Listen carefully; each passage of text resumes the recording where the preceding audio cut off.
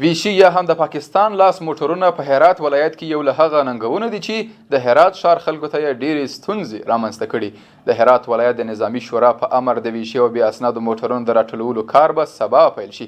چې له همدې امله د هرات ولایت یو شمېر ویشي موټرونو لرونکو د دې پرېکړې په غبرګون کې لاریون وکړ او د حکومت څخه یې وغوښتل چې د دې پر ځای چې دا موټران ټول کړي ورته د قانوني اسناد ورکړل شي. نور حال زما د همکار په راپور کې. د هرات ولایت د نظامي شورا د پریکړې پر بنسټ تمه د سبا د ویشي او بې اسنادو موټرو د راټولولو لړۍ پیل شي، چې له همدې امله یو شمېر ویشي موټر لرونکو کسانو د دې پریکړې په غبرګون کې نن د ولایت مقام مخې ته په لاریون لاس پورې کړ او د هرات د نظامي شورا د پریکړې پر ضد یې بېلابېل شعارونه ورکړل.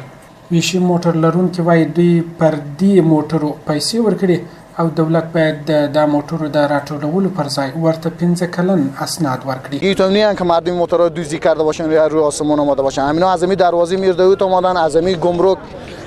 گمرک همین خود همین دولت تقریبا از هر کانتینر 8 لک افغانی $10,000 از هر کانتینر 40 فوت